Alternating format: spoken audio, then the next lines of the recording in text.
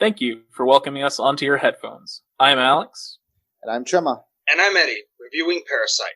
And this is the rollback. The impoverished Kim family cons their way in an elaborate heist to fool the wealthy Park family into giving them domestic jobs as tutors and servants in their elaborate compound. However, complications arise when the former housekeeper reveals that her husband has been living underneath in a bunker for years and finds out the Kim's secret. The two poor families fight and blackmail each other, culminating in a murder spree at the birthday party of the park's youngest boy. Well, that's not depressing at all.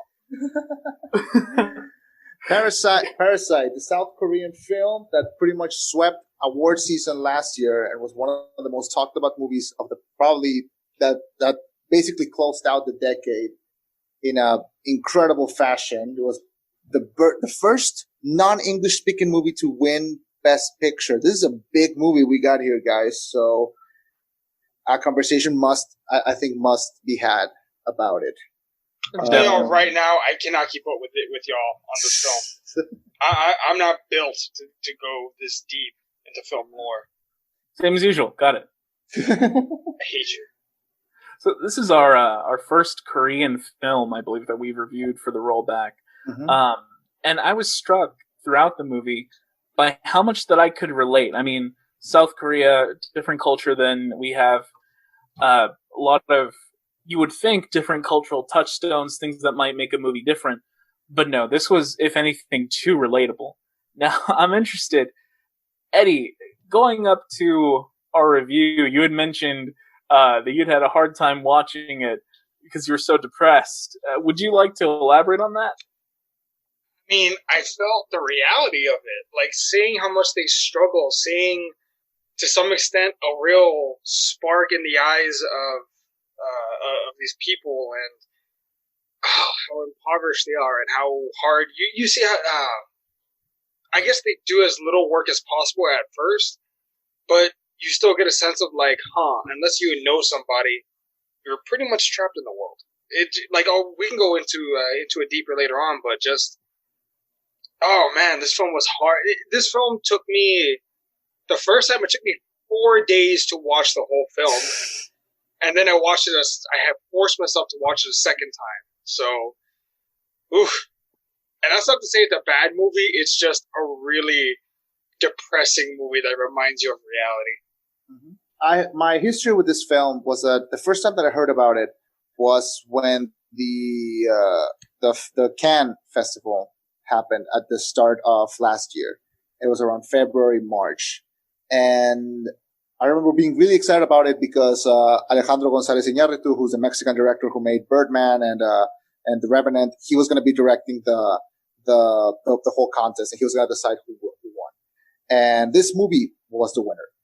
So I started hearing a lot about it. I was like, what is this film? What is it about? Why is it called Parasite? Is it based on the anime Parasite with the guy with the finger in the eye? Or like, what is this?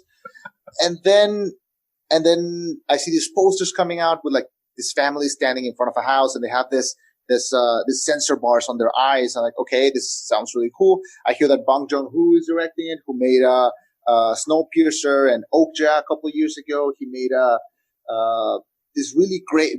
He's made both really personal small films and really big monster films. So I was like, what is this movie gonna be? I love the actor that plays the dad. I've seen it in a couple of movies already. So like, I'm already excited. And then my local theater started playing it for like a couple of days. I said, okay, let's go see it. Let's check it out. And I was floored. This was just such a juncture of so many factors. I love how the first half of the film is basically a black comedy, and then the second half is a big drama that talks about the disappearance of the middle class, and it talks about how you were saying, Eddie, about how you can be ridiculously well educated, you can be incredibly smart, but without the connections or without being born into it, you pretty much have no opportunities, which leads to this family to creating these opportunities for themselves. Watching this movie for the first time is a joy, and watching it with other people who haven't seen it is an even bigger joy, because the second that you start noticing all the factors and all the patterns of, oh, the kid started cheating the family on being the the tutor, now the sister is doing it, now the dad is doing it, now the mom is doing it. You start kind of like laughing because you start just rooting for them. Like, hell yeah, steal from the rich, do it. And then the second half, it turns everything around you, leading to, I think, probably one of the most obvious, but well executed slap in the face to the audience in one of the climax scenes, which I can't wait till we get to that scene. Alex, what is your story with this film? How because I think you were the one that wanted to review it in the first place.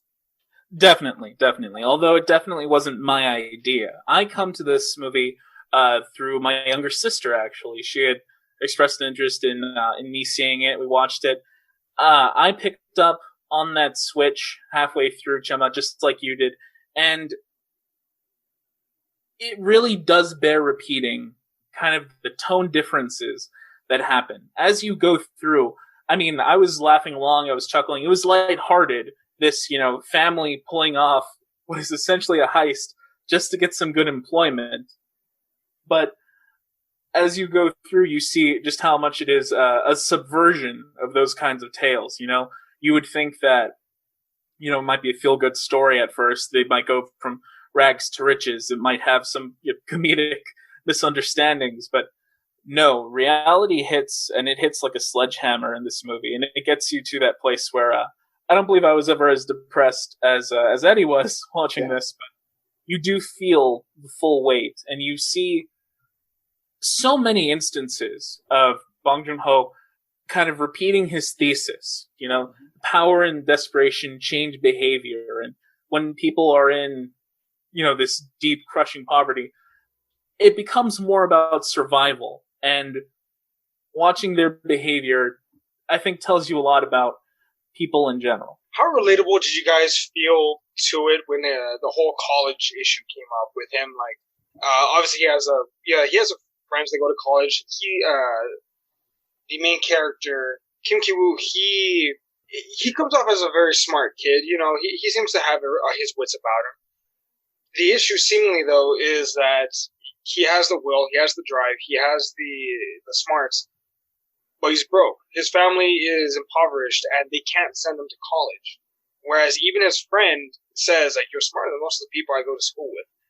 You relate to him. You relate to the fact that, he's got all the tools except, the connections or the money. He's pretty much the underdog. Yeah. It's an underdog story, yeah. Yeah, the worst kind of underdog story, though. I really twisted one part of the story. Well, because he's more than an underdog. He's kind of a representation of an underclass. I think that one of the motifs in the film is people not getting attention. So you could say that, for instance, with the Park's daughter, Dakie, she doesn't get any attention from her parents, for instance. But you also see, with regard to Kim Ki-woo and to his sister, Ki-jung, that they haven't gotten attention from society, if that makes sense. I mean, they have all these skills, but they haven't been recognized. Ki-woo is even told by his rich college friend, Min, that, you've been tested on English so many times and you've passed all these times, but that hasn't been translated into any opportunity for him. Ki-jung, similarly, she's, kind of a master at Photoshop. She makes this forgery of a college degree that Ki-woo uses to apply for a tutorship position, and to kind of fake the watermark and get everything exactly there. You would think society might value those Photoshop skills, but there's nothing for them but the opportunity that they have to make for themselves. So the film kind of starts off, we see the Kim family and their sub-basement apartment. That's, literally they're below ground. They're below the level. Right, yeah. The highest window in their apartment looks out to the ground of an alley. Yeah, and they're working a very low-paying job as pizza box folders, which I didn't know that was a thing, but congratulations to them. Well, and the thing that I love about that moment is that it shows kind of how aware and how modern the film is, because that's the gig economy, You hear so many times, you hear it very often that the gig economy is a good way for a second stream of income to form. that, that's a good way to hustle. All four of them have to rely on that, though, for their main employment. And they're struggling. Like, they're all four are working, and they're all still struggling. There's a moment right at the very start, right before right after the main like title credit appears, and you see the family walking around the house trying to steal the neighbor's Wi-Fi, and that's when they're folding the pizzas and they're watching a video of this girl doing it really fast to like learn their technique, and they see their I forgot the word, but when they're putting out the dust for like the mosquitoes.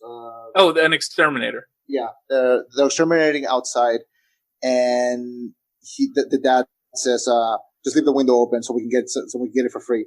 And the rest of the family is coughing and everything, and there's like this super focused face on him watching the video and redoing like everything. Where without words, you already know the extent that the dad will go for the family, which he eventually ends up going at the very end.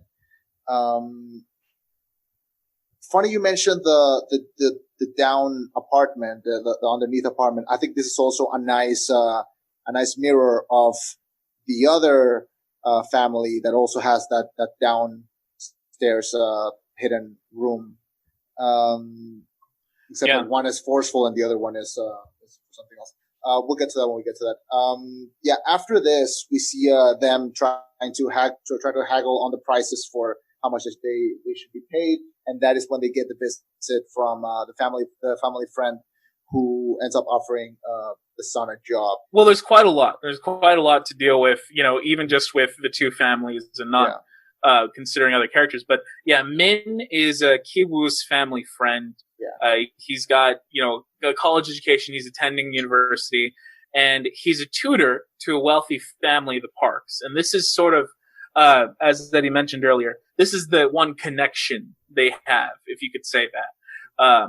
He suggests to Ki-woo, says, you have all this training in English. Why not take over my job as tutor? I'll recommend you. Now, Ki-woo, of course, is not college educated, and it's actually Min that brings up the idea that Ki-jung, Ki-woo's sister, could give him a degree, could forge that for him. And at the same time, he brings over what's called a Scholar's Rock. It's a little kind of a miniature landscape of a mountain range, and it's said to bring wealth.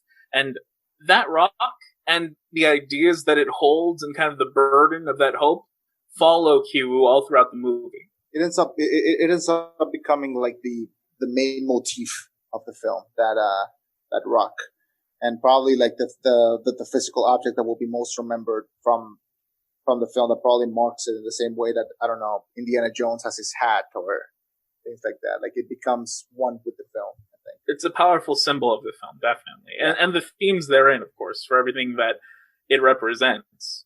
The director Bong Joon-ho, he's definitely bringing us kind of quickly along this route that he wants us to take. From Min and his conversation, we cut immediately to Ki-jung, in an internet cafe, because they don't have their own devices, they don't have their own Wi-Fi. And you see, just as you did with Ki-taek earlier, right? He has this establishing moment. Ki-jung is smoking in an internet cafe indoors where you're not allowed to whatsoever, and just kind of blows off the waitress as she passes by, saying that she can't do that. You definitely see from the get-go that she's kind of more abrupt.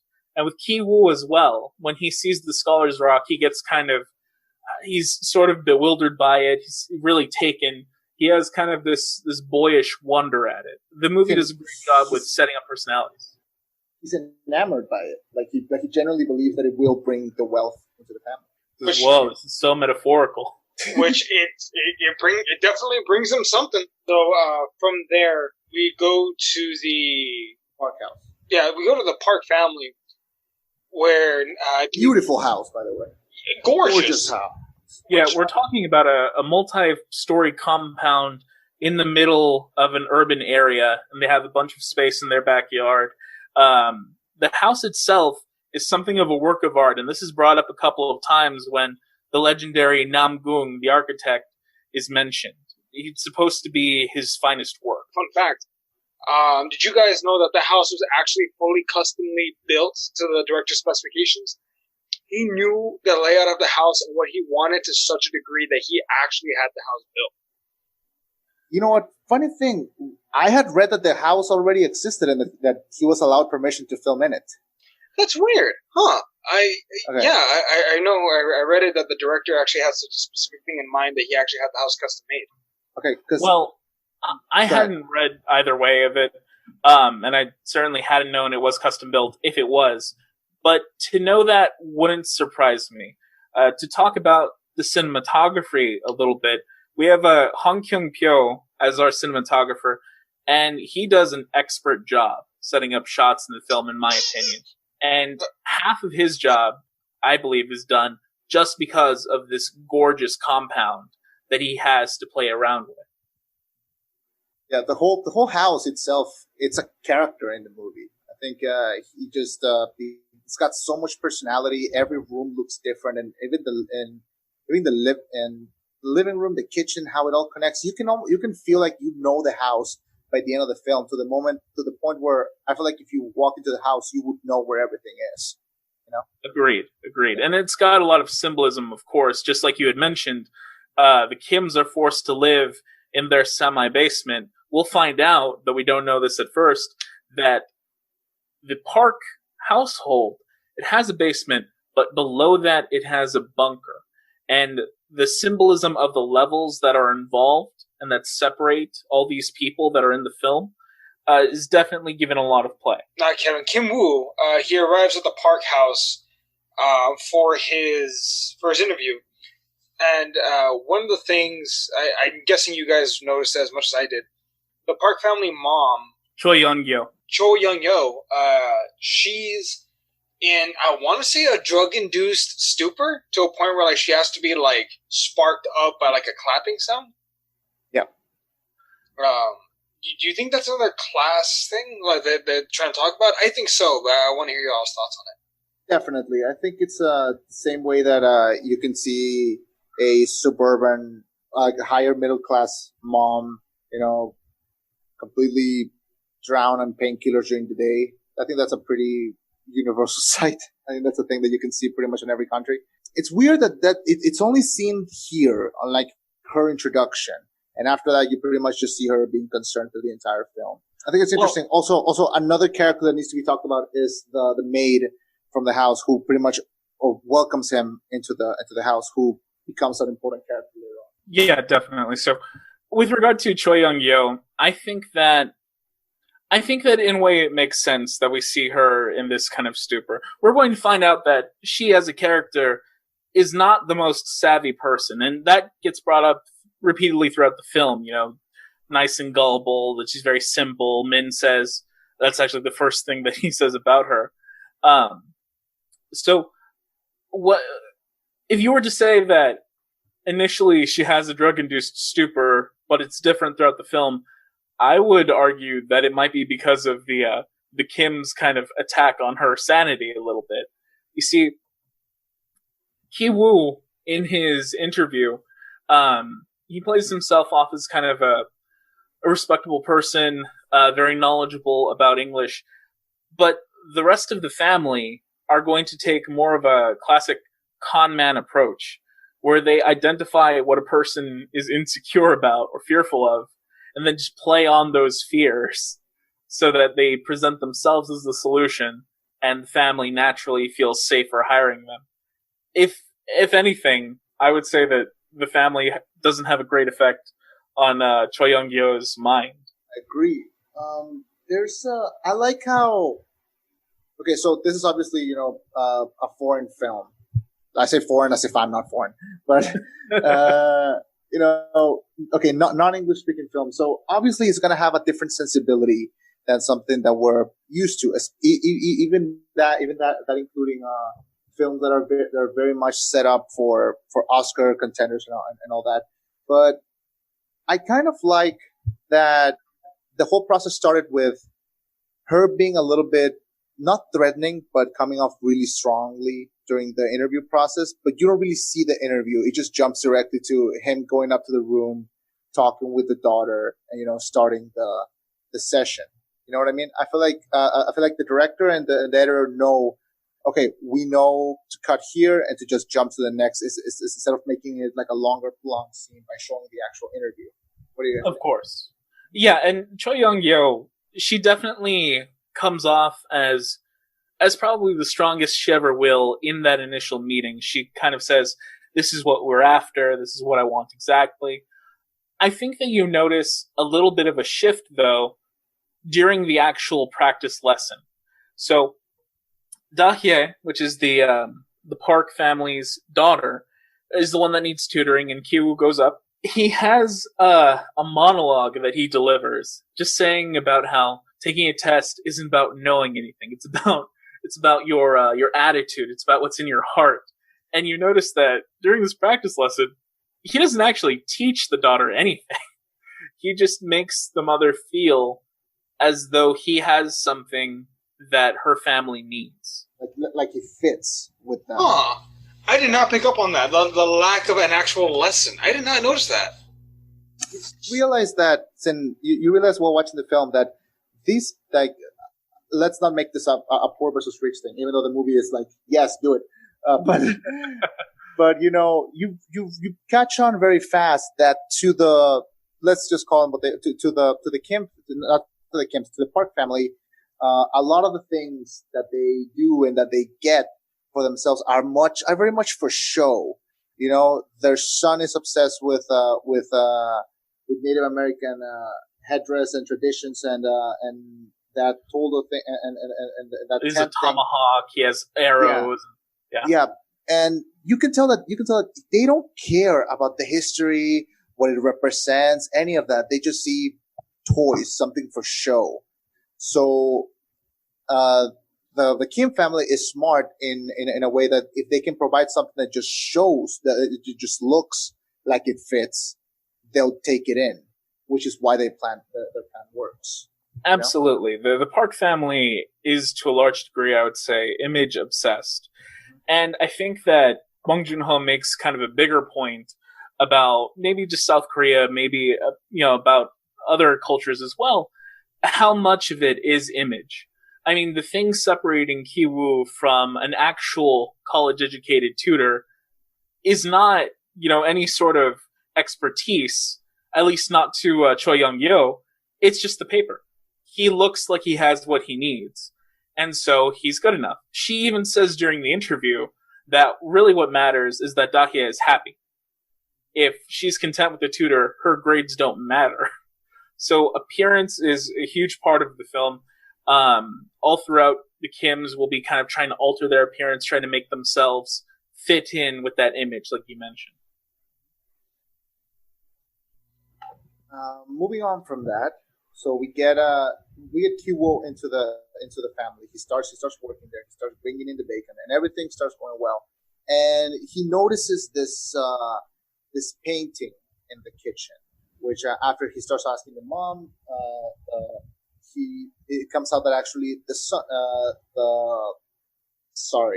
Park son, right, Park Da-sung, Park Da-sung painted that, and they start talking about what it's about and everything, and he says, actually I know someone that might be able to assist with that, and that is the sister's way into this whole scheme, which I like that the film never directly tells the audience, hey, this is the plan, this is what we're doing. It just shows you. And that's what I was mentioning before, that one of the big joys in the film is you catching on to, oh, this is what they're doing. And then halfway through the film, you go, oh, that's why it's called Parasite. Absolutely. Absolutely. And I think that with this, heist segment of the film, you definitely come to know the title. Like you say, you know exactly why it's called Parasite. And I think you also come to know that Bong Joon-ho is not going to make this a classic, rich versus poor underdog tale where we support the Kim family no matter what. All characters in the film have their flaws. And I think that Bong Joon-ho admirably, in his writing, presents them as very human. Each person has the reason for acting the way that they do, but the way that they act can still be terribly flawed. No, and you're completely right in that. Although I like the fact that they are, for the most part, I'm not gonna lie, I found myself cheering for the Kim family, even though I knew that they were, the liars, the cheats, or the con artists. You can't help but root for them because you see what their life is and how difficult it is, and you want them to succeed. I actually found, God damn it, give me 1 second. I actually found Kim Jong's character really entertaining. You even see at one point how she's able to whip the Park family's son into shape. He shockingly, Da Song, I'm sorry, she's able to whip Da Song into shape. Yeah, at one point you see him like running around acting a bit like a spoiled brat, and takes the firm hand of a girl from the outside. He listens, he bows, shockingly, which I know it's been very short, but very quick. That leaves an impression on the way she is, the way she acts, and I actually really liked her character in this film. Yeah, she's definitely the most abrasive, maybe in the entire film, but definitely of the Kim family. And it's impressive how she gets him to act so formal after he's been running around shooting arrows all over the place. Because I think in large part, Choi Young-gyo is perhaps not the person that's raising him the most.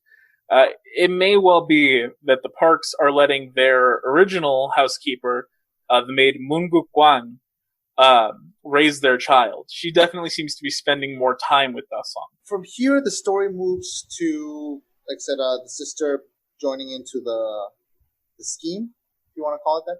Mm-hmm. Which again, I also like how they jump directly into him saying, into Kiwo saying, "Oh, I know someone," and then immediately the next shot is they're already in front of the house. Like, you skip all the scenes of like, "Hey, join me on this. Hey, we're gonna do this. Hey, we're gonna do that." Immediately, it's like she's there. She refreshes the plan with like a little jingle that became a thing on the internet. That was cool. It's a little acting exercise almost. Yeah. And which is funny because apparently now they're stopping her like airports and stuff and like asking her to do that all the time. So that's gonna be that what became Wakanda Forever to Chadwick Boseman is gonna become that for this girl. I thought the same damn thing. I was like, oh, so they Wakanda Forever'd her. Yeah. So then she comes in and she comes in a little bit more strong. Like she's almost relishing on fucking with them. Pretty much. Yeah, she's being so forceful. Yeah. When she comes in and she goes, I need to be like completely alone with the kid. I need to do this, and like she pretty much like forces that on them, and she ends up like showing them that she's got it under control, so they believe her, and they just let her roll, which leads to a great scene afterwards when the Kim family is eating, and she goes, I don't know, I just Googled some shit, and I told them like like. Whatever like something that they would like to hear. Sounds like college. Yeah. Definitely. And well, the thing that I loved about it is that she turns it around on Choi Young-gyo. I mean, this is an interview for the position, right? But she basically says, I'll need to have a lesson alone with him to know if I want to do this. Like, can you afford me? Are you good enough for me to be here? Yeah. Which is entirely in character for Ki Jung, as well as the fact that she, in keeping with the whole playing on their insecurities, she ramps up the fear. She says, oh yeah, I think that Da-sung might have schizophrenia. Oh yeah, because of the ghost he saw when he was a child? Well, essentially, he paints a part of two different pictures the same way, and she latches onto that, saying, in art psychology, there's a zone called the schizophrenia zone, and immediately at that, you can kind of tell that Choi Young-gyo is putty in her hand. To be fair, she was never that dense to begin with. Before that, we're introduced to the dad of the Park family. He comes in, he meets him, and then he asks his personal driver, his chauffeur, to take back the Kim daughter into like her house. And this becomes, in my opinion, one of the funniest and smartest bits in the film, which is where she leaves her underwear in the car so that he'll get fired and they can bring in the dad. That was fucking genius. Absolutely. Yeah. And as someone who's seen the film a couple of times, you're right. The first time it does play as just kind of straight comedy. Yeah, what is she doing? But you mentioned that divide in the middle of the film where, there's comedy and then there's drama and kind of suspense. As you watch the movie more and more, at least this was my experience, I found that, the lines seem to kind of blur. Because if you think about it, I mean, Driver Yoon, who is, the dad's predecessor, the original driver, he hasn't done anything wrong. From all that we know, I mean, he's just kind of a fairly straightforward guy trying to do his job. They'll even talk about it a bit later on, wondering, what ended up happening to him, because they essentially just got him fired and took his job. You know what's weird? And correct me if I'm wrong on this. I might be remembering the wrong part. At what point don't they actually say that other people would have applied for that job? People with college degrees would have applied to be that chauffeur, but the only reason he got it was because of who you know, hence being the connections. I don't recall that part. I recall a part where Kitek says that even a job as a security guard will draw hundreds of university. Yeah, they do mention Driver Yoon later, but it's mainly just out of kind of a guilt at what they've done to him. Yeah. But shortly thereafter, they're able to insert Kim Ki-taek, their father, to drive Park Dong-ik, who's the Park patriarch. I like how they keep they go fishing into like one to the the brother helps the sister and the sister helps the dad. It becomes a chain. The first brother says, "Oh, I know someone who knows something about art," and then the sister will go, "You know what? I used to grow up with this driver," and then eventually the dad gives him this card for this service that doesn't exist, so they can hire the mom to break into the maid job, which that becomes, I think, one of the most incredibly well executed scenes, which is when they start taking out the maid. Oh, definitely. Yeah. I mean, all throughout this, the peach scene. Yeah. Mm-hmm. We see the preparation, right? I mean, it's with any heist film. You have to show kind of them getting ready for the job. I personally love the scene that Ki-taek and his son Ki-woo had at the Mercedes dealership. They had to find that model of car that Dong-ik owns and find out, exactly how to drive it. If he's a professional driver, he's supposed to know where everything is. And so he has to kind of take it for a test. From here, we jump into him becoming the driver. And I really like that scene where you see both dads in the car, and he's a good driver. He knows what he's doing. I like the way that they show also. It's a very visual film, but I like how it shows he knows what he's doing when the dad is sitting in the back of the car and he's holding a cup of coffee and the cup is not moving at all, like keeping it steady. Yeah. There was a lot to that scene, definitely. When Ki-taek drives Dong-ik for the first time, it's a test. Even though there's a lot to unpack there, because Dong-ik says, "This is not a test, don't worry about it." But then he's very conspicuously looking at that cup of coffee. And he at one point says, "Oh, your cornering is excellent," saying that, obviously it is a test. They're supposed to just be kind of talking as equals, but Dong-ik is judging Ki-taek on everything that he does. I like how you also see that come up, because there's a couple scenes when you see just the two of them in the car. Right. The only time where he speaks up is when he turns to talk to him and he goes like, "Eyes on the road," kind of like a swift reminder of know your place. Yeah. Exactly. That dynamic never goes away, even when I believe Park Dong-ik is sincerely trying to be friendly. Yeah. I don't think of him as something out of a Charles Dickens novel where he's this rich snob and he's horrible and elitist. I think that he's trying to kind of get to know this guy, but there will always be that kind of boss-worker dynamic there. And it's the only dynamic that not suffers, but I think falls a little bit in the risky territory, because they even show that scene of the Kim dad rehearsing his lines, and he's being a little bit flary and dramatic, and his son has to be like, "Relax, just say it normally, don't perform it." Yeah, you're up to here, bring it down here. Yeah, I love part. that scene.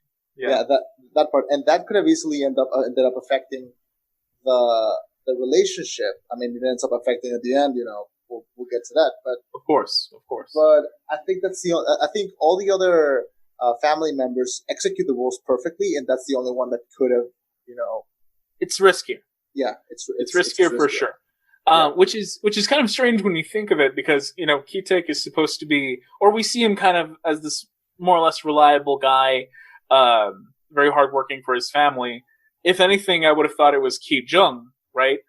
But I think that they plotted it out very well, where Ki Jung is mostly just around this kid who's not going to, he's not going to know anything weird about like a power dynamic.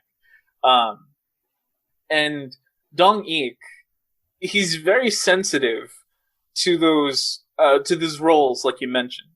He talks about people crossing the line very often.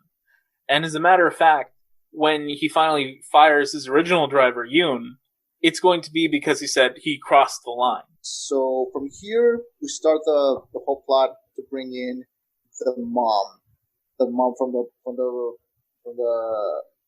Kim family. The setup here becomes, okay, so the family has a maid. She has been there since way before the Parks lived in this house. Right. How do we get her out of here? And then the Kim's son discovers from the Park daughter, she really wants peach, but they can't have it because the maid is allergic. Yeah, so Moon Wang has been there, and she's going to be sort of the hardest to dislodge. And so Kiwoo, is kind of using Da Hye for this information, right? All of them are sharing and basically spying on the family by knowing that Da Hye wants peaches, but she can't have them. Moon Wang is allergic. So Ki Taek has the plan to essentially fake Moon Gwang having tuberculosis. He takes peaches, shaves using a razor the fuzz off, and kind of a couple of times brushes them on her so that she has the same symptoms as TB. He really said "fuck 'em kids," like for real.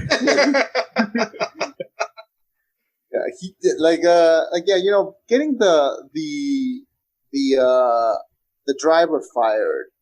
He got fired. He wasn't, sick or anything. This was pretty out for blood, Yeah, no, they definitely throw Moon Gwang to the wolves, even beyond what they did to driver Yoon.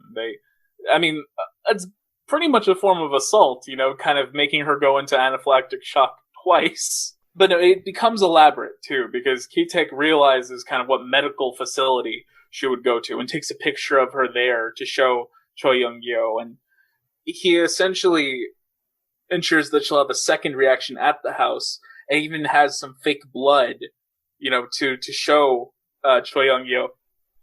Was that on the napkin? It was. It was like ketchup or something, or sauce. Yeah. But they play it perfectly. Like, masterful con artists. Just imagine if they actually put their minds to it and became real criminals. Are you implying this was not real? I feel like this was very small scale compared to what they could do. I want to see this family of four work a real heist.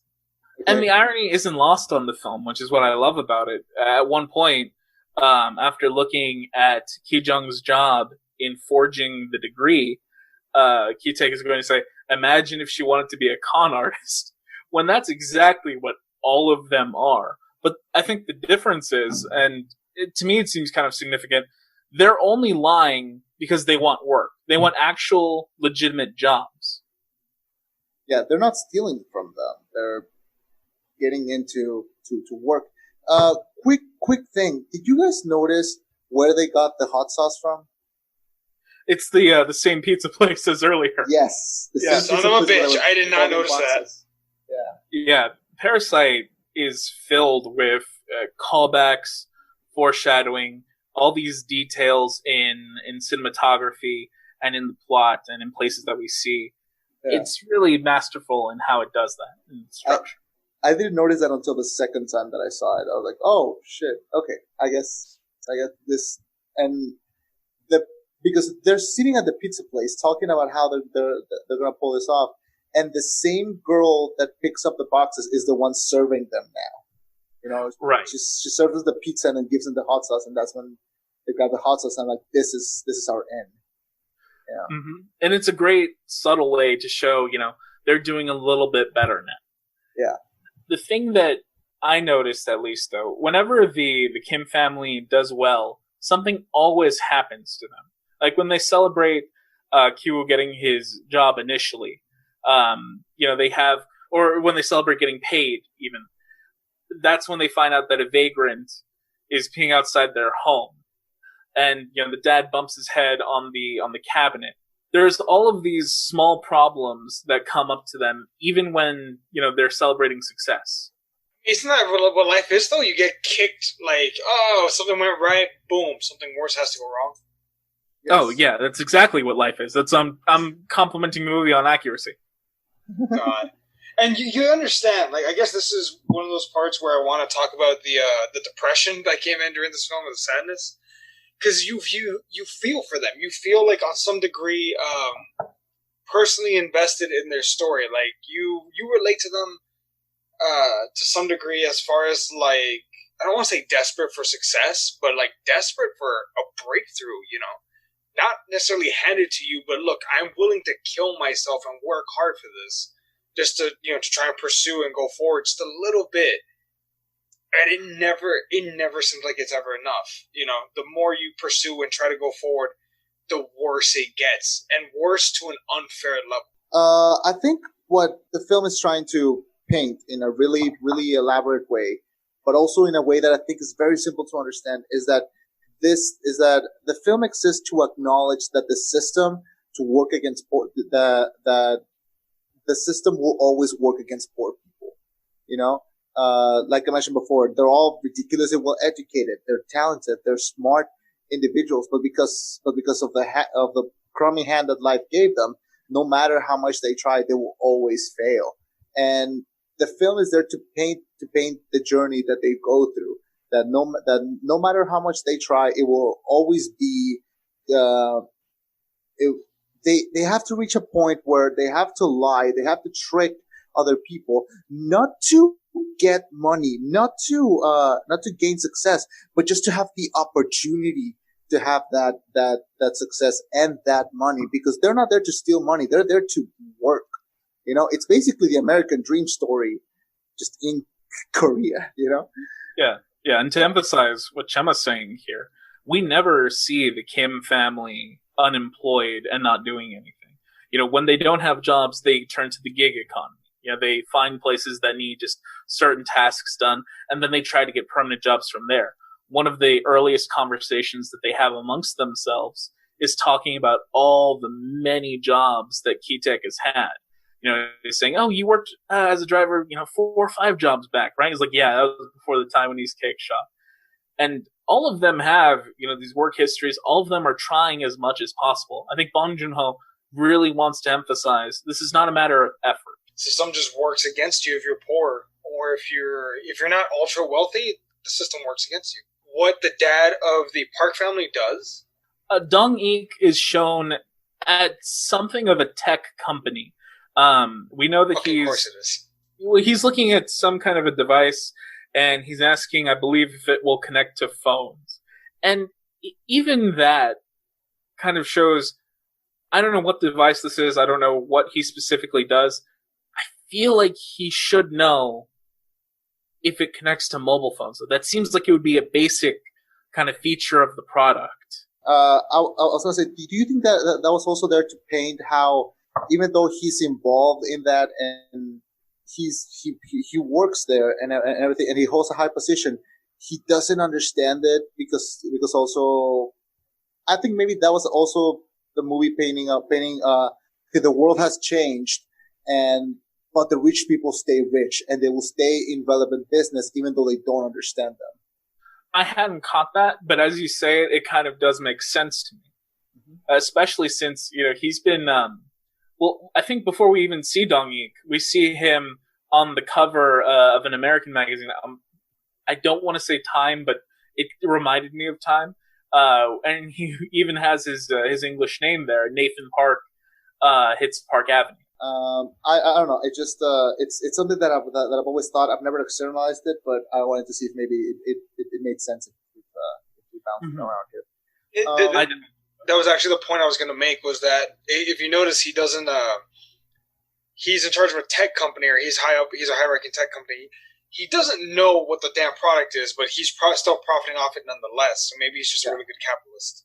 Because asking a question like, does it connect to my phone? I feel like it's a very basic question that like an adult boomer would ask, you know? Definitely, and I think maybe that question is there to show, not tell us that he cares about something very, very basic.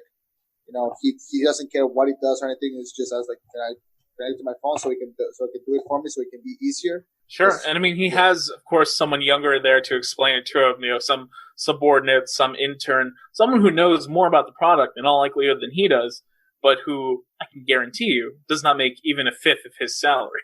Yeah. And so, underpaid interns. Yeah. Well, been there, done that. Yeah. But we come from the kind of assault on Moon-guk Wang to the sister Ki Jung impersonating a receptionist, as they call a service that has been made up by the family, that Ki-taek has given to Dong-yi. To me, it was sort of astounding, because she's changed how she speaks a little bit. She's just speaking kind of formally, but to me it sounded more or less the same as her regular voice. And she's talked to Choi Young-gyo many times in the course of their tutoring, but Choi Young-gyo just does not recognize her.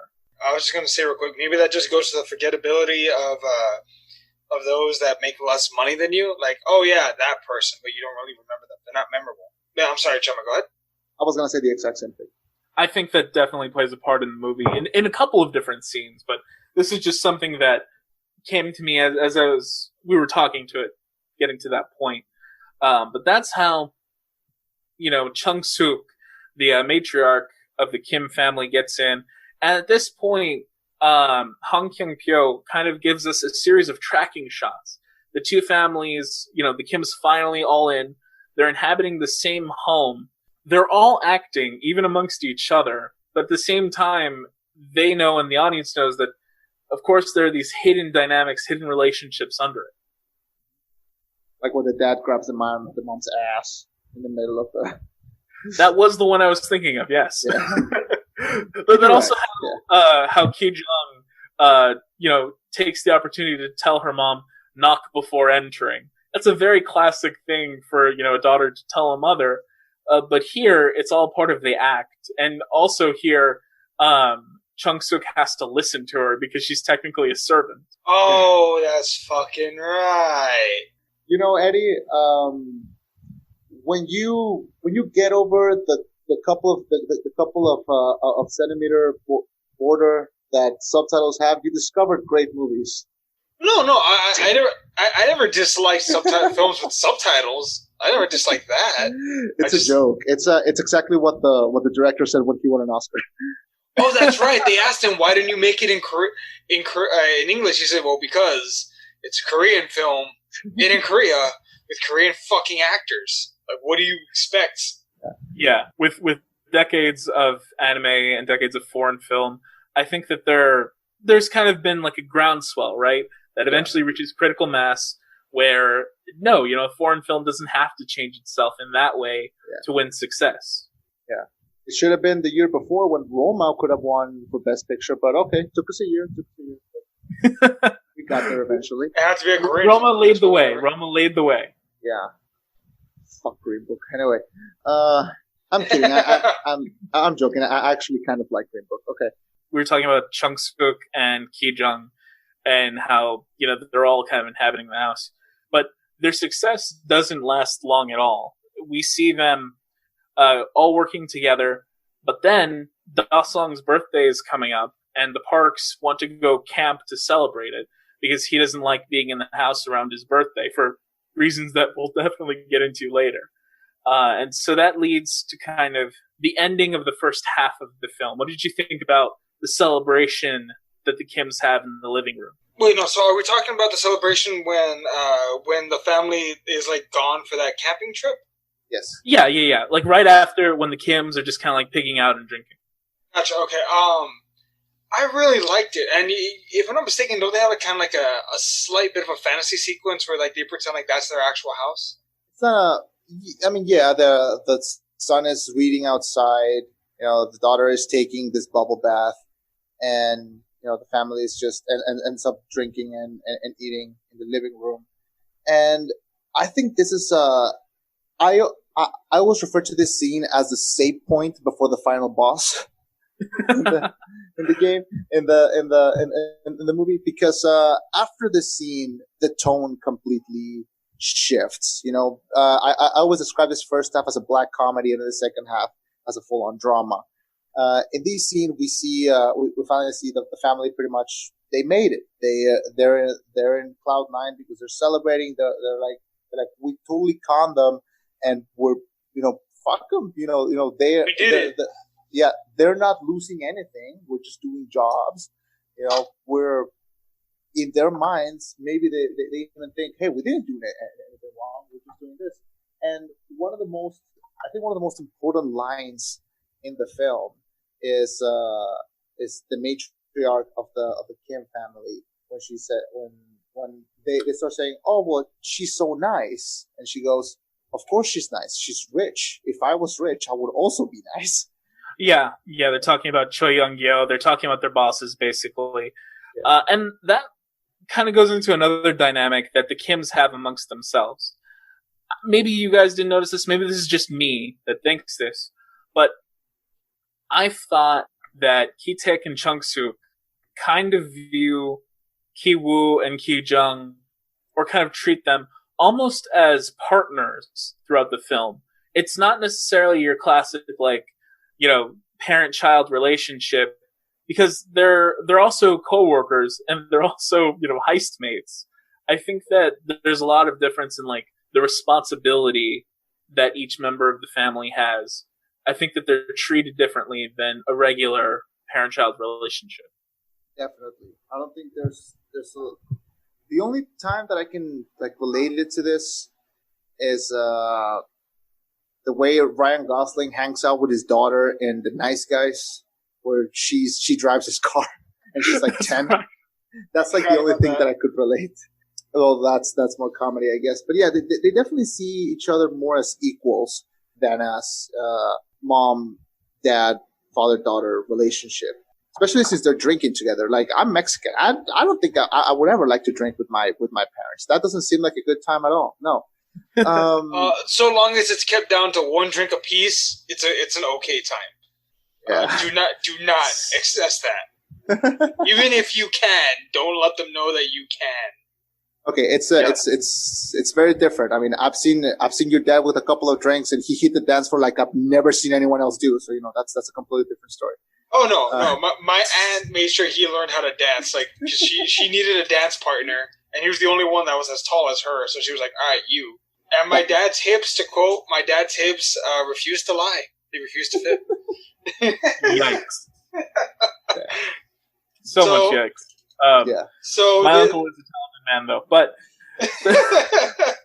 and the reason that I bring it up is simply because I think that this celebration gives us one of the very few instances we see of an actual, maternal moment when Ki-woo kind of talks about how things are going well with him and Dak-ye, how she has a crush on him, how he wants to marry her eventually.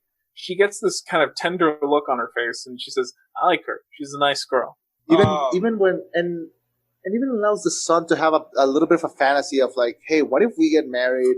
And we have to hire other people to pretend to be my family, and you guys can just keep pretending to be who you are and stuff. And it's a nice calm before the storm where they feel like everything is fine before everything goes to shit. So and when it goes to shit, it goes to shit hard. Yeah, this is shit hitting the fan, spraying all over the house. Terrible.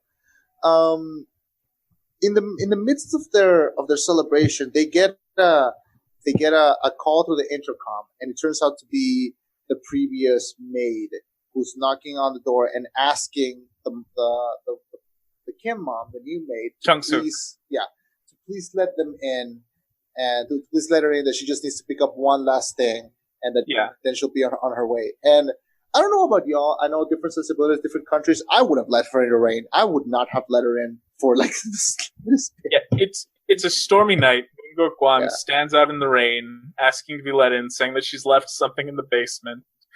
And she tries to convince them by laying out kind of the details of the house, which, if anything, just makes it creepier that she knows. Yeah. And this is where you get kind of the suspense elements coming in. But, Chung-suk, for whatever reason, lets her indoors. Adding to that creepiness, which I'm so glad that you mentioned, we reach a scene where she goes into the basement and starts moving this big entertainment unit and closet part and stuff, and you see her not moving it like from the floor. She's standing like in the Emperor's New Groove, just like back to the thing to move it, and feet up on the wall. And it's creepy. And then she falls, and you hear something crack, and it looks hella creepy, which eventually leads to the next scene, which is there's a door, which when they walk in, there's a bunker where, like I said before, this is where the tone in the film immediately shifts. We go down into that bunker, and we see a man who's the previous maid's husband, who's been living there for several years without seeing the light of day, just existing there, and that also gives her another reason for the name Parasite. But this man, I don't know. I've never seen this actor before. From what I've read, apparently he's kind of well known in Korea. We gotta talk about this eyes, man. What's this? This man has some of the creepiest, most unique looking set of eyes I've ever seen on a human being, and they use that to the movie's advantage in more ways than one. So the first time that you see him, it hits. It's a big scene, which eventually leads to the conflict between these two groups. What do you guys think of this reveal and the tone shift that starts from here continues into the film? It's a great introduction to how things are going to be from now on. Moon Kwon hits the floor hard, but gets right back up with this kind of unsettling energy. And they move this chest of drawers, this cabinet aside to find a secret door that she knows apparently very well. And she runs down these sets of stairs, screaming the entire time as, the film kind of takes on a suspense cast, a horror cast, as Chung-suk goes down to follow her, only to find that she's bottle feeding a grown man. Yeah. And rubbing his stomach with, feeding him milk, as though he were an infant. And this is her husband, Oh Geon-se. Honestly, my first thing was, wait, what? It went completely in a different direction. My impression of the film, bear in mind, I had only ever heard second input on it. I had never actually watched the trailer before I watched the movie. I thought it was gonna be the Kim family trying to take the places of the Park family, and it threw me off when I saw the little boy. I'm like, how are they gonna replace him? It didn't make sense to me. And once you see this basement and the reveal, and this man who has been hiding from loan sharks, it threw me through a complete loop. I was like, okay, I guess everything is on the table now. Although, did you guys pick up on that one little thing about how he tried to open a bakery too? Yeah, he had a Taiwanese cake shop, and I think at least that it's implied to be the same one that Ki-taek worked at. Oh, I didn't pick up that. Believe it, I just didn't pick that up. Well, the reason I say it is because the entire Kim family follows, their mother down, right? They're not going to leave her alone in this bunker, so they're kind of in the stairwell right behind her. And as Oh Geon-se is kind of explaining, I had a Taiwanese cake shop, I went to loan sharks, they want to kill me, so I have to hide down here. The camera goes in and shows Ki-taek's face, and he kind of has this downcast expression when he mentions the Taiwanese cake shop. Well, it wasn't because he too had a cake shop that failed? Well, that's what I'm saying. Ki-taek never owned a cake shop. He worked at a cake shop. Ogyonsei I thought owned he owned Chema. one. I kind of doubt, at least, that the Kim family has ever owned much. Okay, fair, Yeah. fair. It's a super subtle scene, but I think it works really well. Yeah, and it kind of it shows the shifting power dynamics and just how differently people will act too. Because what happens immediately thereafter is that Moon Kwang, she explains to Chung Suk that she's been sneaking him food, and not even the park's food. And this is important for her to note. She buys food with her own money from her salary, and then will go down to the basement with the food that she's bought and give it to him. There's no theft involved whatsoever, which is kind of astonishing. But then she begs Chung Suk to take money every month in exchange for feeding Ogyonsei just twice a week on her knees. Even she even calls her sister, as if implying that we're both mates, we both have needs. Please relate to me so you can help. Right. She says, we're both needy, and Chung Suk just shuts her down completely. She says, "I'm not needy. I am not needy. Don't call me sis." I believe that she even calls her a filthy bitch at one point. And she, threatens to call the police. When the power is in her hands, she acts entirely in a cold, discompassionate way. I was just gonna ask you something really quick. Have you two ever heard of the Stanford Prison Experiment? Yes. Oh, yes. Okay, so do you guys get strong Stanford Prison Experiment from that scene when she goes "I'm gonna call the police, get out of here, I'm not gonna help you," all that? Well, I think that more than just the experiment specifically, I think the experiment and this are kind of both pointing toward a human tendency, which is that for I guess certain people, if they have power over someone else, they are just going to use it to crush them. Yeah, absolutely. And it kind of plays against the conversation that the Kim family had been having earlier, which is saying that Choi Young-gyo is nice, sure, but she's only nice because she's rich. Having money, having that power is supposed to kind of make you nice, but Chung Suk has kind of total domination on Gunmoo Kwang and her husband at this point. And she just wants to kind of stomp them out. Correct me if I'm wrong. Chema, you mentioned the Stanford Prison Experiment, right? Yeah. Alex, does this remind you at all of a little film that we reviewed a while back called The Platform? It does a bit. It does. I think that with The Platform, we had a lot of power dynamics going on. We had a lot of people who were, who had different thoughts on how to use their power and what the right thing they should do in their place was. You had some self-serving characters who said, when they had plenty of food, we just need to kind of gorge ourselves and look out for ourselves. And then you had those who said, no, we have to use our power to kind of make things better for those below. Yeah, and the lower you were on the totem pole, the more trash you were, the more people treated you poorly. But exactly, in just 30 days, you could be on the very top 1%. And the person who was spitting on you last month could be on the bottom 200th floor, jumping down and committing suicide.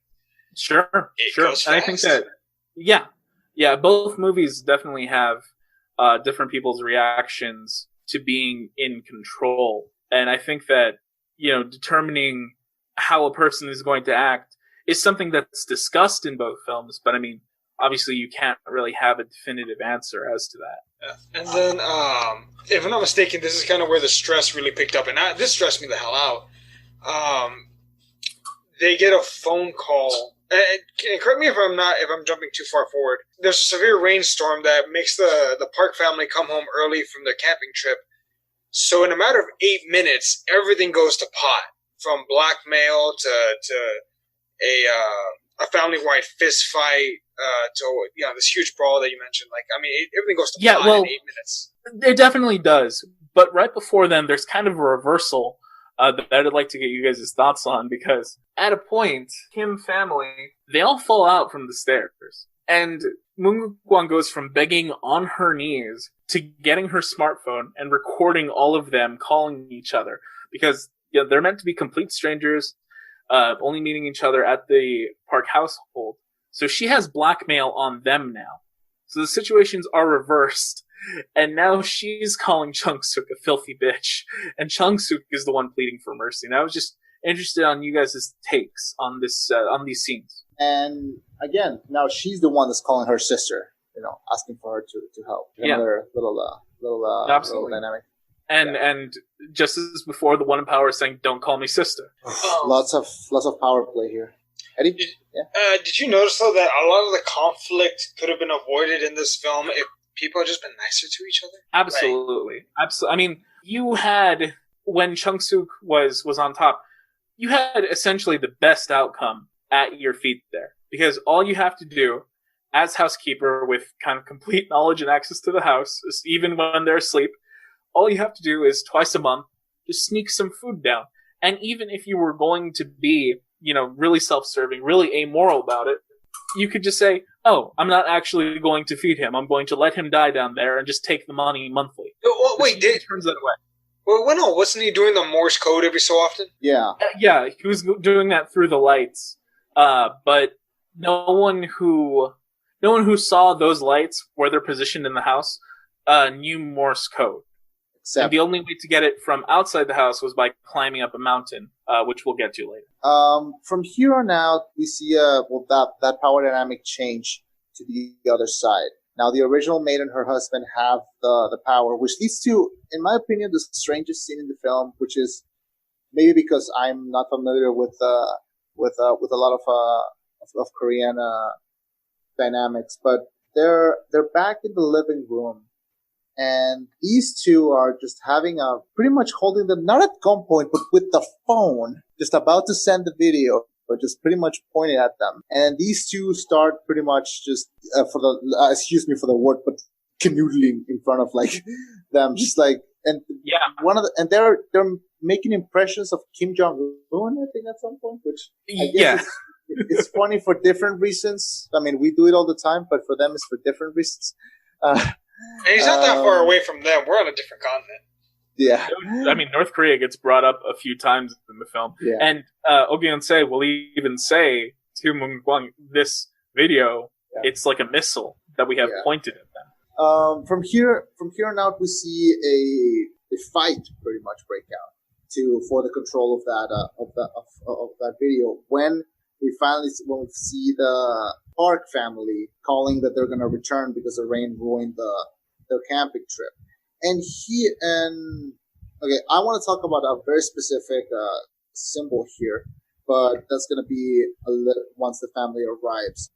This conflict, this fight, becomes very graphic, very, very violent, and which the movie so far has not been like that. Right. So that's why I'm saying that the tone shift works because it hits all the right beats.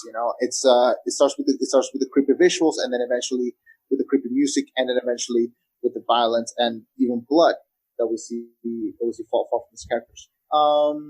And it's shot very beautifully. I mean, when the brawl starts out, it's shot to this kind of 50s or 60s crooner track in slow motion as the 4-on-2 wrestle each other and try desperately to get their hands on the phone. From here, we get to see the Kim family pretty much stop them, leaving the husband just laughing maniacally but tied downstairs. And the original maid she's not dead, but... No, Moon-kwang is kind of kicked down the stairs by Chung-suk. Strong concussion, I guess that would happen. She hits her head multiple times, yeah. Yeah.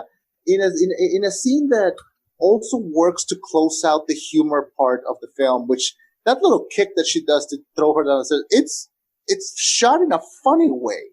Absolutely. Like a light tap almost. Yeah, it's a light tap, but she falls pretty violently, and then she just turns and closes the closet, which I think it's a nice way of saying oh, did you enjoy that? That's over. We're moving on to bigger and better things from here. Yeah, that's definitely a bookend. Yeah, I think that I definitely wanted to mention is same with The Rock. There's another symbol that has been brought up repeatedly when discussing this film, and that is the dish that the Park family asked them to make for that song for the kid, which is cheap 98 cents ramen noodles with very expensive beef. I forgot the name of the actual dish, but so yeah. So that's Ramdon. Ramdon is a mixture of kind of two. It's like what you say. It's the 99-cent ramen packet. It's a mixture of two, and she adds sirloin to it, which is definitely the symbol that we're talking about here. Yeah, because that seems like something that a rich small kid that has no idea what food is, and their parents also have no idea, would do for them. Like, okay, here's the fun part, which is the cheap noodles part, and here's the because of course we only buy the most expensive meat. So I think there's a big video essay. I'm not saying it exists. I'm saying somebody should do that on that. This is there to say something, like, and then the big kicker is that the kid doesn't end up even eating it. Like the mom eats it, but very like, oh, whatever, fine, I'll eat it. Absolutely. And then, of course, even before then with the fight, I thought it was interesting how Oh Gyun-se and Moon Guk-wang are kind of positioning themselves as better than the Kims. Even though they've been leeching off of the Parks in their own way. And, of course, living there rent-free, they're squatting. They find themselves, or they see themselves as better because they appreciate the artistry of the house, which I thought was just interesting in how the two families that have the most in common, that are very poor, that are in desperate situations, are the ones that hate each other the most. Both sides will basically say that the Parks are blameless in this. They've done nothing wrong, but those two are just so fierce against each other. Eddie, what do you think? No, you guys pretty much hit the nail on the head. Like, I got nothing to add, nothing new to what you guys were saying. Well, and another thing about the Ramdon, which I found interesting, is that I caught this fairly late. I mean, it might have been my fourth rewatch, but Choi Young-yo offers it to Chung-suk initially after Da-song doesn't want to eat it. She offers it to her and then says, "Oh, actually, I better ask to see if maybe someone else wants it," and then just ends up eating it herself in front of Chung-suk. I had not noticed that. Well, I mean, Parasite is just filled with examples of these dynamics and this kind of relationship of control playing out between these two families. It's just these subtle everyday things. It's part of kind of the daily indignities of being poor. So we go back to the Parks return while the Kims were trying to prep everything, get everything done. And at this moment, we see a lot of some very, very odd situations. But one thing in particular stands out to me. Kim Taek, he's hiding under the couch, if I'm not mistaken. But he hears some remarks. He hears how Park Dong-ik, the father of the Park family, how he's commenting that he can smell something. So he smells something odd, almost like something that's poor, almost. He doesn't say that exactly, but that's the impression you get. How he talks about the subway. He says that the people who ride on the subway have a special smell, and that he can smell it right now. And that being while Kim Taek is hiding under the couch. The entire Kim family, because they're still in the house and they shouldn't be, when the Parks get home, they all have to hide under the table, with the exception of Chung-suk. Yeah, but it's very, it kind of shows you, not necessarily class warfare, but the class divide there. Their comments on, oh God, this smells like like people on the subway. There's certain smell. And you get a few other tidbits of like how almost annoying this privileged family is, where the wife, if I'm not mistaken, she's asking for more pills. Is it this scene or is it a different scene? Where she's asking for more drugs, and then at some point, I believe, they start to get a little frisky, but it's a bit odd. Like, even their intimacy is very, very nitpicky with, no, not like this, do that, remember, counterclockwise. Like, it's weird. It's insane. Like, those little things. Well, definitely there's a lot odd there. I think that you see some classism with Dong-ik and the way that he describes how, as a person, he likes Ki-taek. He says that he's always almost crossing the line, but he never crosses it. But that smell crosses the line. and how learning how he really thinks about Kitek. I mean, that's a degrading experience. Kitek is lying there, and obviously he can't make himself known. He just has to sit there and take it, while his children also hear that his boss thinks that he's inferior. And as far as the drugs, I know what you mean now. Choi Young-gyo, basically, part of the plot to kick out Driver Yoon earlier had been to convince him that he had brought a junkie into the car and had sex with her there. They play out a fantasy where she's that junkie. Before we move on into that frisky sex scene, there's a scene that I think needs to be talked about, and that is we see both moms. They're sitting in the table and they're talking while the park mom eats the ramdon, and she tells her the story of what happened with her son. Tells her the story of how a year ago it was his birthday and he had a bit of an attack when he claims he saw a ghost coming from the basement. Which leads to, I think, the creepiest scene in the film, which is they recreate that flashback scene, and we see the husband of the original maid coming up from the basement, and we see those eyes. And not gonna lie, the first time I saw that, that felt a bit like a it wasn't a jump scare, but it was creepy, man. Sure. And like I said before, I think that also helps set up this new second phase of the film. You know, it's where it's going to be a little bit more impactful, both visually and with what it's trying to say.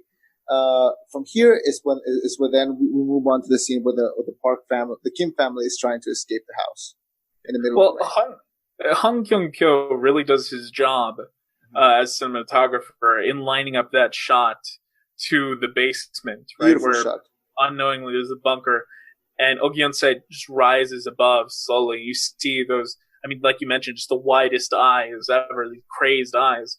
And of course, I mean, naturally, Da Song, this was 2 years ago. He might have been around 5, maybe.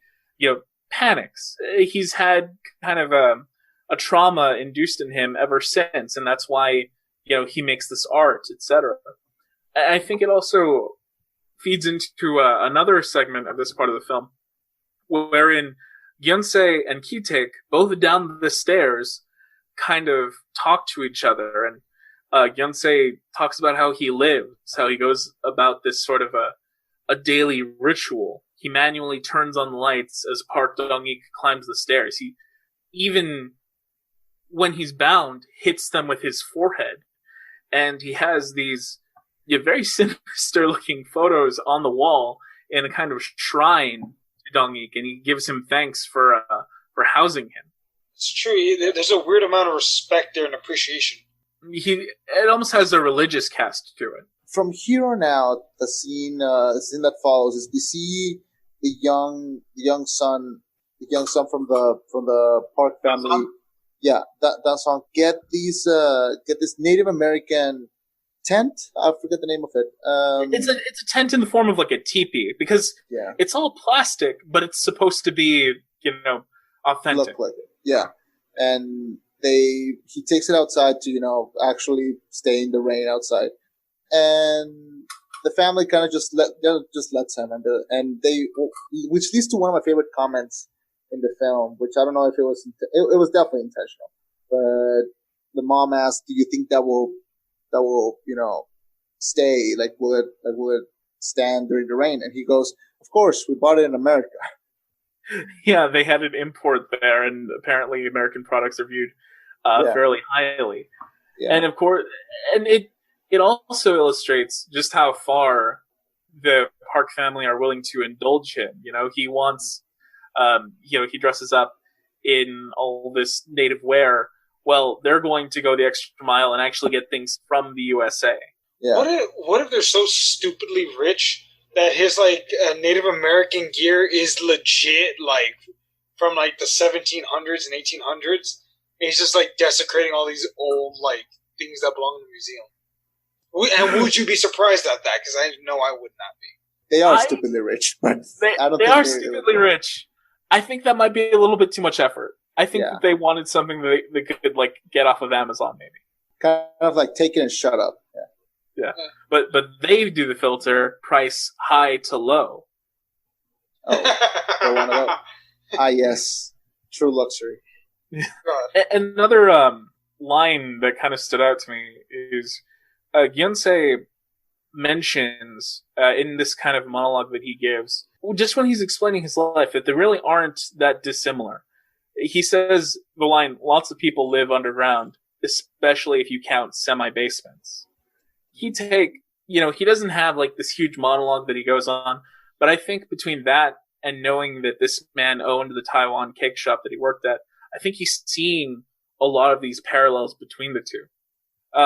Bong Joon-ho also makes sure that Gyonsei says that he isn't qualified for the national pension. The government doesn't get brought up too often, and just kind of referenced obliquely, but it does make sure to note that the government is not providing for this family. Correct me if I'm wrong, but I think it's at this point when they smash the snake out of the park house and they get back to their home, and their home is flooded with sewer water. Yeah, they have to basically walk this huge distance in the rain, all the while talking about what they're going to do, and they find that the entire alley has flooded, and they're being kind of asked as they go by. Someone is asking, "Kite, please help," as people tried to bail out a home that is already flooded, which I thought was just a powerful visual metaphor for poverty. And these people are literally, they can't keep their heads above water. Which leads to, I think, cinematographically speaking, leads to probably my favorite shot of the entire film, which is when scene where Ki Jung cannot stop the flooding in the toilet. So she sits on top of the toilet, lights off a cigarette, and just sits there, just realizing that what, this is how it is. Might as well just definitely live through it. A remarkable moment. I mean, I think she's even smiling as she does it, as I remember. Yeah. I think out of the entire cast of characters, she's the one that's more aware of the whole situation. I mean, definitely they all are, but I think I don't know if it's the actress or if it's the performance itself, but I think there's something really charming about everything that she does in the film. But that scene specifically, I think, without any dialogue, manages to say so much about her situation, and about her family. And I think it's a super important moment. Much more than the scene that follows, which is where they go to like this public place where people can spend the night. And go ahead. Well, there's also a moment that's still within the apartment. A couple moments that I thought kind of illustrate how the other two are handling, right? Because there's three people. Ki Jung, like you mentioned, she's just kind of, it's almost like a sensory overload. She's had so much happen to her that night that she just sits and smokes. Ki Taek, he's trying his best to get things out of the apartment. He's only able to salvage one small cardboard box from their entire home, and you see it kind of subtly. He doesn't break down, but you do see him crying as he walks through all this sewage water. And then you see Ki Woo, and his reaction is to take the Scholar's Rock, and you see it kind of slowly arising from the water. I would argue that the Ki Taek in the first half of the movie and the Ki Taek up to this point are different from the one thereafter. I think that this is kind of a breaking point for him because of what we'll talk about when they get to that gymnasium. Like you mentioned, the government has kind of cleared out a spot for them to sleep there in a sort of emergency situation. Also, I like that we see the rock, the wealth rock floating in the water. This is a super small comment, but I feel like if all we do is praise this film, then I think we're doing a disservice to it. And this is me saying that I really like the film. I feel like that scene when the dad starts giving this speech about, well, not a speech, but like this really passing comment on, the best plan is to not have a plan or something. I feel like that, followed by so many scenes that were great without dialogue. I feel like that line stood as probably, and this is me saying this is a really great film, but I feel like that was one of the weaker moments of the film because it felt more like something that you would see in an American film, of course, from somewhere else. I like I said before, I love the film. I think it's fantastic, but that's like the one scene where I thought this doesn't fit. Like I feel like just seeing the dad kind of like just taking it all in would have been enough. I feel like having him say that, and then him, following on the next scenes, acting the way that he does, feel really separate from from that moment in the at the night. What do you guys think? Oh, see, I would have to disagree simply because I view those earlier scenes where he's without dialogue. I view those as him kind of building to this moment. He's sort of stewing. He's seeing kind of what he's done to these people that weren't that dissimilar to him when he talks to Ogyunse, and how he's not that much different in the end than someone who lives in a bunker like a rat. He's had his boss, not knowingly, right, but publicly degrade him in front of his children. He's seen his entire house flooded with sewage water and was only able to get, despite all his efforts, a cardboard box's worth of materials. I think that what we see here is a man who's been dealt too many bad cards. Because after a certain point, a person can only have so much resilience. The other thing, too, is that I think that it was natural because his son asked him. Yeah. He says on the way to the apartment, he's like, "Don't worry, I have a plan." And his son, holding this rock, asks him, "Hey, you said earlier that you had a plan. What is it?" I think that this is him breaking down, simply because we know he hasn't always felt this way. Because earlier on, when Kiwoo says, "I'm going to get into college. I just printed out the diploma too early. I'm going to be going here." He says, "You have a plan? That's great." He believed in what he said at some point, but this is just him being pushed too far. Plus, you see this great, in my mind, role reversal, where Kiwoo then says, "Don't worry about it. I'm going to handle it. I'm going to take care of things." And what Kiwoo does thereafter, that's when he makes up his mind to go into the basement and just kill the two. He's going to, eliminate all the problems that the family has. He's going to kind of take over for his dad. As to Kitek's behavior thereafter, he doesn't have a lot of dialogue going forward. That's absolutely true. I think of that as more him stewing, I think that's him building this resentment, which kind of gets unleashed at the end. But, of course, we'll get to that. Eddie, what did you think? When he's pretty much broken down and you kind of start to see the cracks in his eyes? When he and Kiwoo are talking in the gym. I think, and I'm going to keep touching base on this, that goes back to my whole thing. I've seen that broken look of like, I've tried everything and nothing seems to be working. Everything's going to pot. Like every amount of effort that I've put into this, every ounce of effort I've put into this has failed.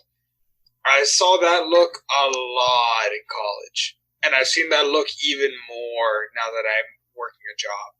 And I think that goes to how this film hits. I can't speak for everybody, but this film hits at home a lot because I feel like a lot of people, maybe it's just because of where we are in our ages, but I think the three of us can really relate to these characters, and you see in almost every scene, there's something that you can take and say, "I know what that feels like. I've been there. I feel this." You can remember some point where, hey, what was that plan?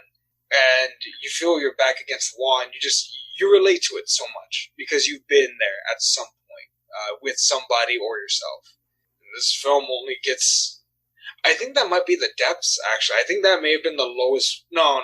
That wasn't the lowest point. There's one more thing. But that was like the second lowest point in the film, to me at least. They're home flooded and they have to go to the gymnasium.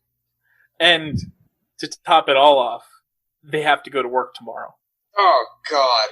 Yeah. That, to me, just like you say, Eddie, I mean, that makes it incredibly relatable, because I've had times where I've had to deal with, one thing or another, or a personal project, or, an emergency, whatever it is. But that doesn't change the fact that I need that paycheck, and that tomorrow I have to just, get my 2 hours of sleep or whatever it is and get through it. I think that makes them particularly sympathetic. Yeah. From here on out, we continue to what becomes the climax of the film, which starts with the Park family is going to do like an impromptu birthday party for Dansong, and they invite Kijong. They invite her to be the one that hands the cake and everything, and this leads to of course the mother of the Park family, Cho Young-yo. She pretty much calls Mr. Kim and to drive her around to pick up some stuff for the party. And this is my favorite part of the film. This is the scene that I think is going to stay in everyone's minds. This is a scene that pretty much tells you, like, hey, fucker, look at the screen, understand what is going on. The whole message of the film is encapsulated in this one scene, and it's Mr. Kim driving the car, pissed off as hell, and the mother from the Park family is sitting in the back going, "Oh my God, this rain is wonderful. This rain is gonna do wonders for everything. Oh my God, this is so perfect filmmaking in just one scene. Just everything about the film perfectly delivers its message in just one simple scene that any dumbass like me can understand. It's so fucking good. Just that one scene was like, this is the best picture of the year. This is the Oscar material. This is the one. I need to drag every family member and friend to watch this film. Everyone needs to see this. This is why you pay your ticket. So, I tend to go in these tangents, but this is the scene for me. This scene is Parasite. Okay. Well, I think it's a scene that definitely deserves a tangent. I mean, you have a lot packed into it, because at the same time, you notice that the rain doesn't affect the two of them the same way, the two families, right? Yeah. Classically, we're supposed to know that it rains on the just and the unjust alike, but that's not quite the same when you have an elevated compound, and even Dasong, who was outside, had this tent to keep him warm and dry. They're all sheltered. And they don't know, just like they don't know about the poor man living in their bunker, that there's a huge underclass of people that have to worry about the rain because it will flood and it will destroy their homes. Do you remember about maybe like 2 years ago, a hurricane went through the RGV, and I remember people posting on Facebook saying, "Oh my God, I hope it comes this way so we can get some of the rain. It's gonna be so pretty." And I remember thinking, "No, dumbass, it's gonna flood. Like, it's not gonna flood for me. It's gonna flood for you idiots that live in a certain part of the area." You know what I mean? Yeah. I just remember those comments and thinking, "You're all fucked. Like, why do you want this? I don't want it." Stupid. I know it's a stupid thing. But it's how you can relate it to real life. So it's totally valid. Like I said, to me, this is the scene that just makes the film. This is the scene that perfectly elevates it to the next level. And I think moving on from the scene that came before it, which is Mr. Park, Mr. Kim, just like you were saying, Alex, he's stewing on all this feeling. I think this is the moment where he gets broken and never comes back. I think just when even the mom at some point like turns and like covers her nose. Yeah, she rolls down the window. Yeah, to make reference of that smell again, and he catches that, and I think that's the moment where he's done. I think that's the moment where he falls into the deep end and never comes back. I mean, I think you can only have so many things happen to you that are terrible that you don't deserve, or that you feel you don't deserve. I mean, in this case, right, it's not hard to imagine him smelling. He just waded through a river of shit the night before, and I didn't really see any showers. Exactly. I didn't see any showers in the gymnasium either. So, I mean, one can imagine that he's not at his best. But of course, he had, no say in that. He probably had the semi-basement as his only option because, obviously the cheapest rents are going to be at the worst properties. So he's facing all of these consequences over and over for for situations that he didn't want to be in.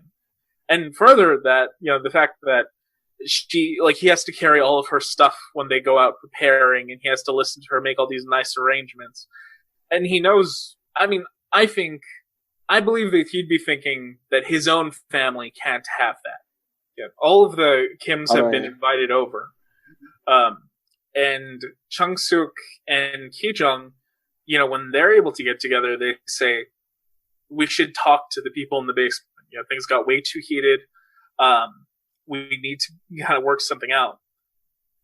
In the meantime, though, underground, Moon-guk Kwang, like you said, Chema, has that concussion. And she's talking to Oh Gyun-se, saying that Chung-suk did this.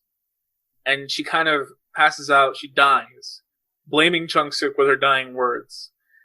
And we get this disturbing sequence of Oh Gyun-se just smashing his head in against the wall, against the lights, because he's bound.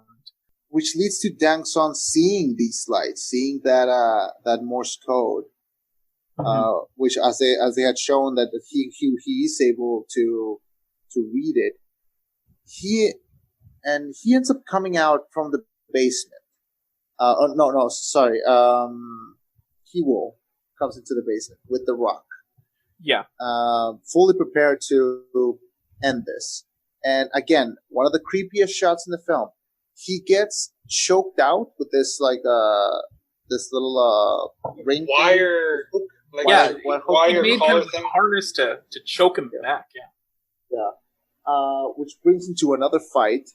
He gets dragged out of the basement, and very graphically, it was a hard scene to see. Right. He takes the rock and throws it at his head. I thought he was pretty much done. I thought he was dead at that point.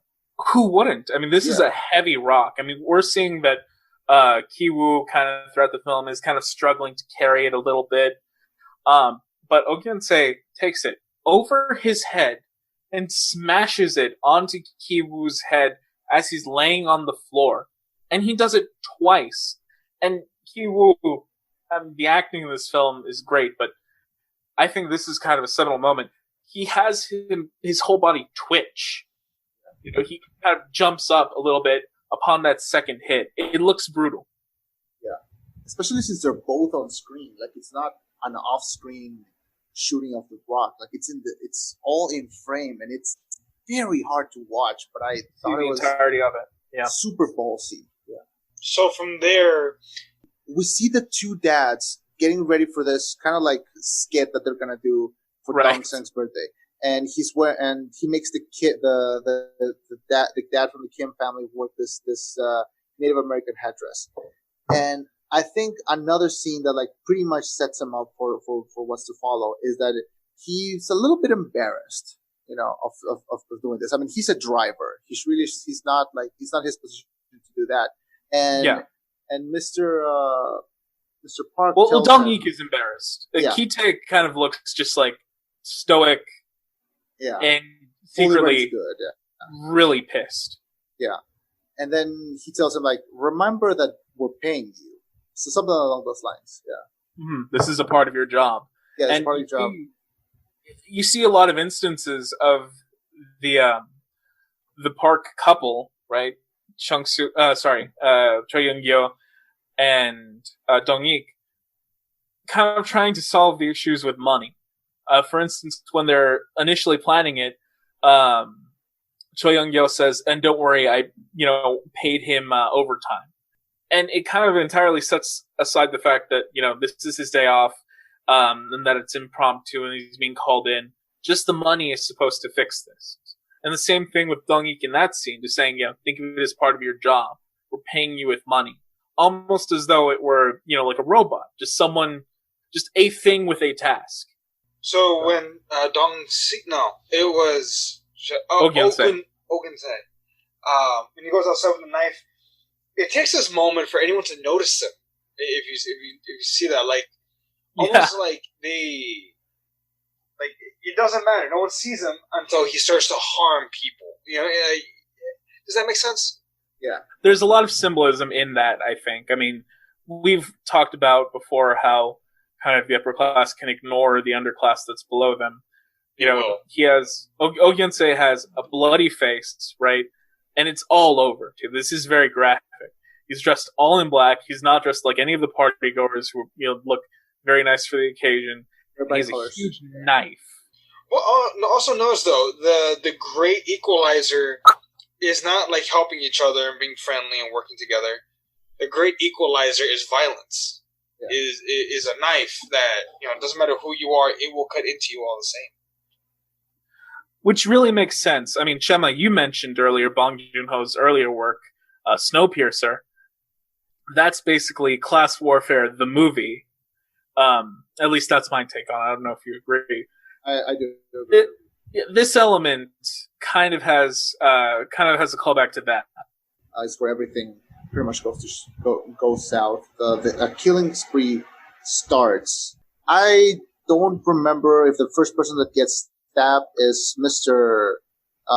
Park or the. It's Ki-jung. It's Ki-jung. Yes, yeah. So she gets attacked, even though she's not technically a member of this family. And then the other thing that's happening is that Dang Song is having an attack again because he's seeing pretty much the ghost that he had seen before materialize in front of his eyes. And then what happens next is that we see again painting the Park family as people that don't really care about them. They see her being stabbed. And the thing that they care about the most is give me the car so I can take my son to the hospital, like completely disregarding her, which takes Mr. Kim into over the limit, and stabbing. Yeah. Well, I think that I would argue that the final indignity isn't even his daughter being stabbed. I think that comes kind of a second later, where Ki-jung is stabbed. And I love that she's kind of defiant to the last. She shoves cake in Ogyeonsei's face as she's being stabbed. But Dong-ik is yelling at Ki-taek to give him the keys, to toss him the car keys. And he does so. I think what breaks him is as he gets the keys, he covers his nose. Even in the midst of a murder, with his son's life on the line, he can't put it past himself to not be disgusted by Ki-taek's scent. I think that's the point where he decides to stab him. Things just get better from there. Yeah, I mean, Ogyeonsei's real target in this is Chung-suk. I mean, that's who, his wife blamed as she died. The two of them fight. Yeonsei and Chung-suk, are hacking at each other with various things. And meanwhile, Ki-taek stabs Dong-ik. Did any of you see that coming? Because I did not see that happening. When Ki-taek stabs the Park father? Yes. I did not see that coming at all. I didn't see it coming. Sorry, now in retrospective, it makes complete sense. But when it happened, the first time that you see it, I think it's a scene that you don't forget. It goes from oh shit to oh shit to oh shit. And absolutely, yeah. Yeah. And I just think that scene hit all the right parts, but in something that's completely its own. I had that exact same experience. The first time I didn't see it coming, but then, I've seen this movie about 6 times for the review. Every time you see it, it makes more and more sense. You pick up on more of the subtle cues that this has to kind of come to a head in this way. No, you guys touched on it earlier. I didn't want to interrupt y'all's thought process. That seemed to be like the biggest gap in the class. Not I want to say class warfare, but the class differences when the father, the park father, Donique, is when he asks for the keys. We have a woman bleeding. He doesn't even know that she's poor. All he sees is, oh, she's been stabbed and she's bleeding. Give me the car. My son fainted. And to some extent, I get it. Oh no, my child. But also, a woman has just been stabbed, and he makes no attempt at all to try and, help or protect. No, everyone runs. If you notice, I'm going to assume all the other families there were wealthy. But instead of helping or, trying to restrain the maniac or whatever, hey, every person for themselves. The second it gets violent, everything goes out the window, and it's just, oh no, me. It's infuriating. It's frustrating. Yeah. Agreed. And I think that it kind of does fall along those family lines. Bong Joon-ho might be making the point that, regardless of anything, you're going to be looking after your family first. It's just that in this case, with everything that had happened prior, it makes it so that they can't cooperate, and thus, they're both going to lose family members, because Ki-taek, in stabbing Dong-ik, not only kills him, but, he kind of damns Da-song to die too, because we know from earlier in the film that when he has a seizure, he has essentially 15 minutes to get to the hospital. And I can't imagine that with everything that had happened, he would have gotten there in time. The scenes that follow are very interesting takes, because I think that you have this ending that kind of encapsulates the whole journey that this family has gone through, and then we follow it up with not a flash forward, but a little bit of a jump where we see that Kiwo, I think I'm saying that correctly. He wakes up from this also concussion that he received from being hit with the rock, which very quickly, a small tangent, brings back another kind of humorous scene with the detectives going like, we're trying to interrogate him, he's laughing.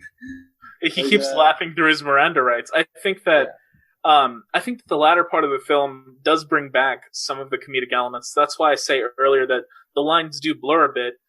Even before this, when Chung-sook stabs Oh Gyeon-se, she does it with a meat skewer, and then the dogs eat the meat off of it. It's kind of, back to that black humor. Yeah.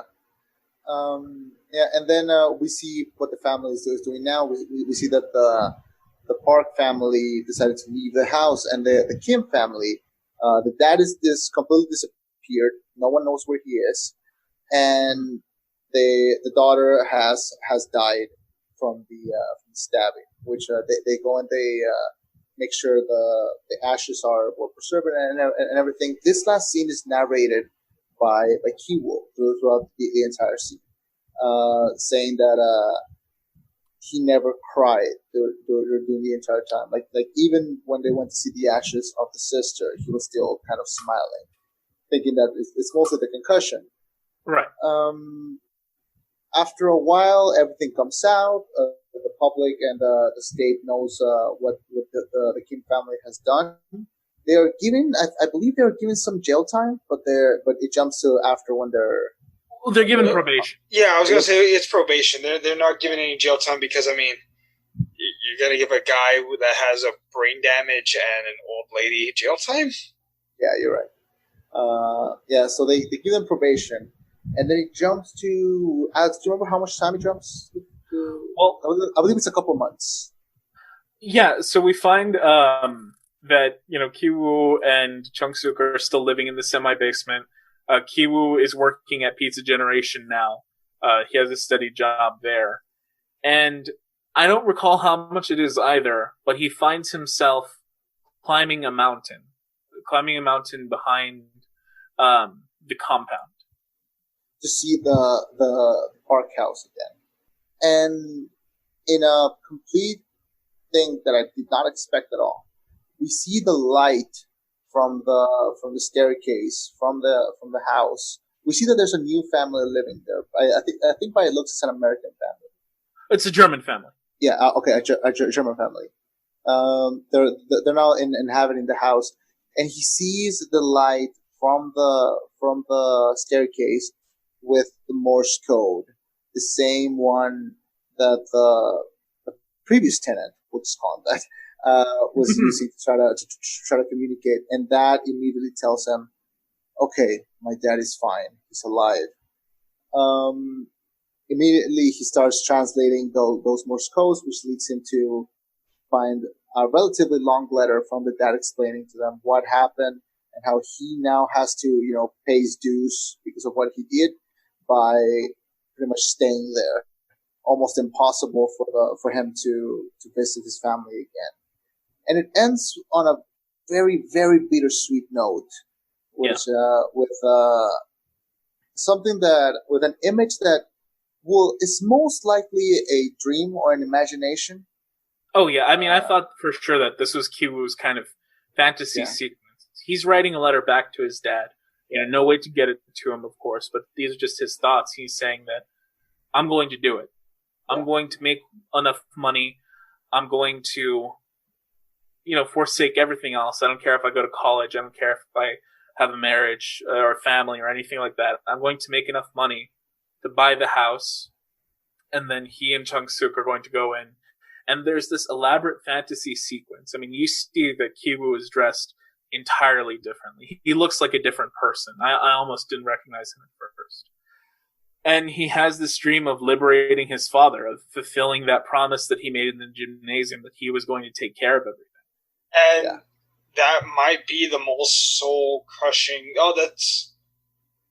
I mentioned that the whole incident with the car and the stabbing may have been the biggest poignant of class warfare, whatever. That right there might be the most soul-crushing part of this film, is you get the sense that it's just a fantasy. They make you believe it's just a fantasy. Most likely it'll never be achieved. Yeah, will always work against them. Unless he wants to join the Yakuza, in which case it will be a short-lived fantasy, but that's possible. He'll move to Japan. He'll join the Yakuza, sure. Yeah. And then he'll buy the house. But yeah, and that's the ultimate tragedy of the movie. It's that hope keeps following him, just like he says the Rock all throughout the film has kept following him. He keeps carrying it, no matter how heavy it is, and he thinks it's going to get him through. Ultimately, he puts the Rock in a river. He abandons that, but he doesn't abandon the hope that he can live up to this dream that he has. Final shot of the film is the same shot where the movie began, which is a shot from the inside looking at the outside of that basement apartment, but now it's snowing to show the change of time. And yeah, I have a thing for movies that start at the same point, that end in the same point where it started. 1917 does the exact same thing. Yes, it does. And I think it works equally as well here. I think that final shot just perfectly encapsulates how no matter the whole thing that they went through, they will always come back to the same point, because the system that they're trying to be is specifically fixed and created to work against them. And I think that's the true tragedy of Parasite, and I think why the way that it portrays this dream, this desire to be more, is always defeated, no matter how close they get. It's a giant tragedy that perfectly encapsulates the reality of this situation. Because we could say, oh, it's a kind of a black comedy, it's a drama. This is a very real film, and I think we needed a movie like this to tell a story like this. Because there's been movies about the same topic, but I don't think one has been as strong or as forward as this one has. And it truly is one of the best films of the last decade. Alex, what are your final thoughts on this film? Yeah, I completely agree. I think that Bong Joon-ho has been kind of ramping up to this. He had Snowpiercer some years ago. Here, he's kind of dropped the allegory. This is not a fantastical, endlessly going train. This is real life. the people that he depicts in the film are almost painfully realistic in how they act. Everyone is flawed, even the most sympathetic characters. Everyone, at some point displays some kind of a hypocrisy, or they're broken, or, they abuse their power. The plain realities are harsh, and I think that that's why Bong Joon-ho cleverly kind of disguised this in something that we were familiar with. The underdog story, right? The rags to riches. We're getting a nice comedic heist film as the sort of sugar that helps the medicine of the stark truth of poverty go down. I thought this was a great film. I gave it an A+. Eddie? I highly recommend anyone that watches this film that has high expectations for their future, watch this film with a very strong drink and be prepared. This film, you're right, it does it does a great job of encapsulating the difference in class and an opportunity. It's a very relatable film. I think definitely if you're in that weird, awkward phase where you're in between college, but you're not really in your career yet, you're in that weird in between. This film, I think, speaks to you on not just an emotional level, but on a damn near spiritual level. You feel a lot of the struggle. The message we were always told as young adults and as kids was, if you work hard, you can make your dreams happen. Well, can you? And that might be the hardest question that this film comes up with and whatnot, because everything was seamless. I didn't feel like I was watching a film. I felt like I was watching a real story, a real tragedy, actually. I know this film is described often as a dark comedy, but I think it qualifies as a tragedy, and it's unfortunate. It's a great film. I think I'd give it a B+, and that's not to say it's not a good film. It's just, this film was on my list for a while, and thanks to you two assholes, I finally had to watch it. Oh yeah, and Chema, yes. I don't think you gave your rating. Oh, it's a 10 out of 10 for me. It's a perfect film in any shape of the form. Well, you heard it here first. It's an A+, it's a 10 out of 10, and it's only as good as Birds of Prey, respectively. Hey man, look, you know how much I love Birds of Prey. That's a compliment, if anything. I freaking love Birds of Prey, but come on. Look, all right, look. I want to review a bad movie next time, but that will be next time. It'll be next time. If you're listening to us on YouTube, you can follow us on any of our links down below.